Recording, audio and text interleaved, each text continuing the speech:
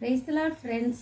உபாகமம் 20வது அதிகாரம் 19வது வசனம் வாசித்து பார்த்தோன்னா, நீ ஒரு பட்டணத்தின் மேல் யுத்தம் பண்ணி அதை பிடிக்க அநேக நாள் அதை முற்றுகை போட்டிருக்கும் போது நீ கோடாரியை ஓங்கி அதன் மரங்களை வெட்டி சேதம் பண்ணாயாக, அவைகளின் கனியை நீ புசிக்கலாமே. ஆமாம் ஃப்ரெண்ட்ஸ், ஏசப்பா கன்னி மரங்களுக்குன்னு ஒரு தனியாக ஒரு இது கொடுத்துருக்குறாங்க ஃப்ரெண்ட்ஸ், இம்பார்ட்டன்ஸ். நம்மளும் கடவுளோட பிள்ளைங்களாக இருக்கிறனால நம்மளுக்கும் கொஞ்சம் சின்ன நிலம் இருந்தால் கூட நம்ம கனிமரங்களை வளர்க்குறதுக்கு பிரயாசப்படணும் ஃப்ரெண்ட்ஸ்.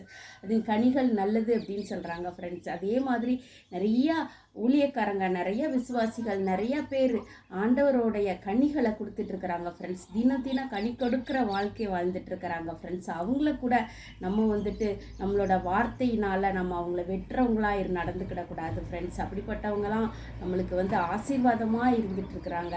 அதே மாதிரி கனிமரங்கள் எப்படி இம்பார்ட்டன்ஸோ அது மாதிரி கனி கொடுக்குற மனிதர்களும் ரொம்ப இம்பார்ட்டன்ஸ் தான் ஃப்ரெண்ட்ஸ்.